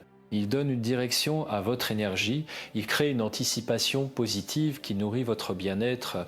Ils vous donnent quelque chose à quoi vous réveillez le matin avec enthousiasme. Et un être humain qui a des rêves, qui vit avec une anticipation positive d'extraordinairement vivant et extraordinairement attractive. Alors je vous pose la question, qu'est-ce que vous rêvez de faire, de vivre, de découvrir, de créer dans les 10 prochaines années et prenez le temps d'y répondre vraiment. Et si vous n'avez pas de réponse immédiate, c'est une invitation à chercher, à vous demander ce qui vous ferait briller les yeux. Ce qui vous ferait vous lever le matin avec de l'enthousiasme, ce qui vous ferait sentir que votre vie est une aventure. Je veux maintenant vous parler de quelque chose de très concret sur la façon de transformer votre relation si elle est dans une phase difficile. Parce que nous avons parlé de beaucoup de choses profondes et importantes, mais je veux aussi vous donner des outils très pratiques que vous pouvez utiliser dès maintenant. La première chose que je vous encourage à faire, c'est ce que j'appelle le rendez-vous de la redécouverte. C'est très simple. Proposez à votre compagnon de faire quelque chose que vous n'avez jamais fait ensemble. Pas quelque chose de grand ou de coûteux, quelque chose de nouveau. Un nouveau restaurant dans un quartier que vous ne connaissez pas. Une promenade dans un endroit où vous n'êtes jamais allé, une activité que vous avez toujours voulu essayer. La nouveauté, les recherches en psychologie le confirment, active les circuits cérébraux associés au désir et à l'attraction. Quand nous vivons quelque chose de nouveau avec quelqu'un, nous le voyons différemment. Nous le voyons avec des yeux frais, comme si c'était la première fois. La deuxième chose, c'est ce que j'appelle la conversation de curiosité. Choisissez un sujet qui n'a rien à voir avec votre vie quotidienne et demandez à votre compagnon son opinion dessus. Un sujet qui vous intéresse vraiment, un livre que vous avez lu, un film que vous avez vu, une question philosophique ou politique, et écoutez vraiment sa réponse. Pas pour être d'accord ou en désaccord, mais pour découvrir comment il pense. Et partagez votre propre point de vue avec conviction. Pas pour convaincre, mais pour être vrai. La troisième chose, c'est le geste inattendu. Faites quelque chose pour lui qui n'est pas dans votre routine habituelle. Quelque chose qui dit « je pense à toi, je te vois ». Tu comptes pour moi, pas parce que c'est son anniversaire ou parce que vous avez besoin de quelque chose, juste parce que vous en avez envie. Ces gestes spontanés et inattendus ont une valeur émotionnelle disproportionnée par rapport à leur taille, parce qu'ils disent quelque chose qui va au-delà de l'habitude. Ils disent j'ai choisi aujourd'hui librement, avec plaisir. Je veux maintenant vous parler de quelque chose qui est lié à tout ce que nous avons dit, mais qui mérite une attention particulière. C'est la question de votre réseau social, pas vos réseaux sociaux numériques, votre réseau de relations humaines réelles, vos amis, votre famille, les gens qui vous connaissent et vous aiment. Les recherches en psychologie sociale montrent de façon très claire que la qualité de notre réseau social est l'un des prédicteurs les plus puissants de notre bonheur et de notre santé. Les femmes qui ont des amis proches, des relations significatives en dehors de leur couple, sont non seulement plus heureuses, mais aussi plus attractives dans leur couple. Parce qu'elles ont une vie émotionnelle riche qui ne dépend pas entièrement de leur partenaire. Parce qu'elles ont des espaces où elles peuvent être elles-mêmes, se ressourcer, rire, partager. Si votre réseau social s'est appauvri au fil des années, si vous avez perdu le contact avec des amis, si vous vous êtes isolé dans votre couple ou votre famille, c'est quelque chose à travailler activement. Reconnectez-vous avec des personnes qui vous font du bien, créez de nouvelles relations, rejoignez un groupe, une association, une activité qui vous permet de rencontrer des gens avec qui vous partagez des intérêts, investissez dans ces relations avec le même soin et la même attention que vous investissez dans votre relation amoureuse. Et voici quelque chose d'intéressant quand vous avez une vie sociale riche et satisfaisante, quand vous rentrez chez vous après une soirée avec des amis en vous sentant nourrie et heureuse, vous apportez quelque chose dans votre relation. Une légèreté, une joie, une énergie qui est contagieuse et votre compagnon le sent et il est attiré vers cette version de vous. Je veux maintenant vous parler de quelque chose qui est peut-être la dernière grande pièce du puzzle. C'est la question de votre propre sens de la vie, pas au sens philosophique abstrait, au sens très concret de ce qui donne de la signification à votre existence quotidienne, ce qui vous donne le sentiment que votre vie compte, que vous contribuez à quelque chose, que votre présence dans le monde a de l'importance. Les recherches en psychologie existentielle, notamment les travaux de Viktor Frankl, que j'admire profondément, montrent que le sens est l'un des besoins humains les plus fondamentaux. Quand nous avons un sens, une raison d'être, nous sommes plus résilients face aux difficultés, plus vivants dans notre quotidien, plus capables d'amour et de connexion avec les autres. Et voici quelque chose que j'ai observé de façon répétée dans ma pratique. Les femmes qui ont un sens clair de ce qui compte pour elles, qui savent pourquoi elles se lèvent le matin, qui ont des valeurs claires et une façon d'y vivre fidèlement, ces femmes ont une présence et une attractivité qui dépassent largement tout ce que les techniques de séduction peuvent offrir, parce qu'elles sont habitées par quelque chose. Et être habité par quelque chose, c'est la définition même de la présence vitale dont je vous parlais. Comment trouver ou renforcer votre sens en vous posant ces questions simples et profondes. Qu'est-ce qui compte vraiment pour moi ? Quelles sont mes valeurs les plus profondes? Comment est-ce que je veux être souvenu? Qu'est-ce que je veux avoir donné au monde? Et en commençant à vivre de façon plus cohérente avec les réponses que vous trouvez, je veux maintenant vous parler de quelque chose que j'ai gardé pour la fin, parce que c'est quelque chose qui me tient profondément à cœur et que je veux vous offrir comme conclusion de tout ce que nous avons partagé aujourd'hui. C'est la question de la tendresse. Pas la tendresse comme sentiment romantique. La tendresse comme façon d'être dans le monde. La tendresse, c'est la capacité à être touché par les choses, à laisser la beauté du monde vous atteindre, à être ému par la gentillesse, par la vulnérabilité, par la complexité des êtres humains. C'est une qualité qui s'oppose à la dureté, à la cynisme, à l'indifférence. Et c'est une qualité que la vie peut éroder si on n'y prend pas garde. Après des années de déception, de douleur, de trahison peut-être, il est naturel de se protéger, de mettre des murs, de devenir plus méfiant, plus distant, moins facilement touché. Mais cette protection a un coût. Elle vous protège de la douleur, mais elle vous protège aussi de la joie. Elle vous protège de la déception, mais elle vous protège aussi de la connexion, mais elle vous protège aussi de la connexion. Et sans connexion vraie, sans la capacité d'être touché et de toucher, et quelque chose d'essentiel s'éteint. Cultiver la tendresse, c'est choisir de rester ouverte malgré tout. C'est choisir de continuer à faire confiance malgré les blessures passées. C'est choisir de voir la beauté et la valeur dans les autres et dans vous-même, même quand c'est difficile. Et ce choix, c'est peut-être le plus courageux et le plus puissant que vous puissiez faire. Parce que voici ce que je sais avec certitude après 30 ans d'accompagnement de femmes et d'hommes dans les moments les plus intimes de leur vie. Ce qui rend une personne vraiment désirable, vraiment aimable, vraiment inoubliable, ce n'est pas sa perfection, c'est sa façon d'être humaine. Sa façon d'être touchée et de toucher, sa façon d'être présente à la vie avec toute sa complexité et toute sa beauté. Vous avez cette capacité, elle est en vous. Peut-être qu'elle a besoin d'être redécouverte, nourrie, libérée, mais elle est là. Et quand vous la laissez s'exprimer, quand vous vous permettez d'être pleinement vous, avec toute votre profondeur, toute votre histoire, toute votre vitalité, vous devenez quelque chose d'absolument extraordinaire, pas malgré votre âge. Grâce à lui, je veux terminer par quelque chose de très simple et de très vrai. Vous êtes une femme précieuse, pas parce que vous êtes parfaite, pas parce que vous avez tout réussi, pas parce que vous avez le corps ou la vie que la société vous dit d'avoir. Vous êtes précieuse parce que vous êtes vous, parce que vous avez vécu, aimé, souffert, grandi, parce que vous êtes là en ce moment à chercher des réponses, à vouloir mieux, à refuser de vous résigner. Et cette femme-là, celle qui cherche, celle qui ne lâche pas, celle qui a la curiosité et le courage de regarder sa vie en face et de vouloir la transformer, cette femme-là est absolument désirable, pas seulement pour un homme, pour la vie elle-même. Alors voici ce que je vous demande de faire maintenant, pas demain, maintenant. Choisissez une chose, une seule, parmi tout ce que nous avons partagé aujourd'hui. Une chose qui vous a touché, qui vous a parlé, qui vous a semblé vraie, et décidez de la mettre en pratique dès aujourd'hui.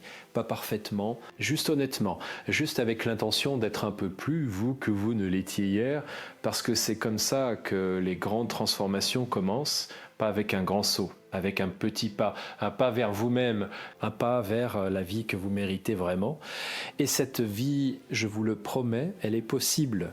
Elle est là, qui vous attend, de l'autre côté de votre peur et de vos doutes. Vous n'êtes pas en train de finir, vous êtes en train de commencer. Et ce début, il peut être le plus beau chapitre que vous ayez jamais vécu. Si vous choisissez de l'écrire avec toute la profondeur, toute la vitalité et toute la tendresse dont vous êtes capable. Et vous en êtes capable. Je l'ai vu, je le sais. Et maintenant, vous le savez aussi, si cette conversation vous a touché, si vous voulez continuer à explorer ces questions avec moi, abonnez-vous à cette chaîne. Parce que ce que nous venons de partager, c'est le début d'une conversation beaucoup plus longue.